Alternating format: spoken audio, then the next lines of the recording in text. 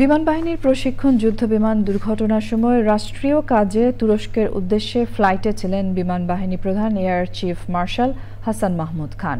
Istanbul বিমানবন্দরে নেমেই দুর্ঘটনা নিয়ে চ্যানেল আই এর সাথে টেলিফোনে কথা বলেন তিনি।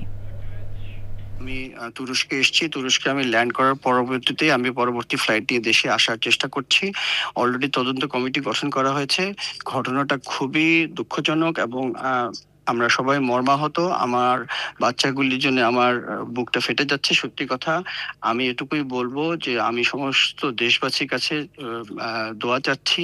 সেনাবাহিনী, নৌবাহিনী, বিমান বাহিনী ছাড়াও সরকার সম্পূর্ণভাবে আমাদের সহযোগিতা করছেন তাদের চিকিৎসার জন্য, এবং ইনশাল্লাহ আমি আগামীকালকে চলে আসবো সকাল সকালই। এসে আমি সব নিজের তত্ত্বাবধান করবো। আমি আসার আগেও সমস্ত কিছু দেখাশোনা করা হচ্ছে। ইনশাল্লাহ এটা একটা দুর্ঘটনা হয়েছে, আমরা তদন্তের আগে বলতে পারছি না যে কি হয়েছে। পাইলট শেষ মুহূর্তে পর্যন্ত বোধহয় বিমানটাকে নিয়ন্ত্রণ নিচ্ছিল আমার যতদূর ধারণা। এই জন্য তার যে ইজেকশন বলি সেই ইজেকশন করেছিল, কিন্তু বোধহয় বিলম্বিত হয়ে গেছিল বলে আমরা যেটা জানলাম সেও জীবিত নাই। আপনাদের মাধ্যমে একটাই কথা, সবাই ধৈর্য ধরেন।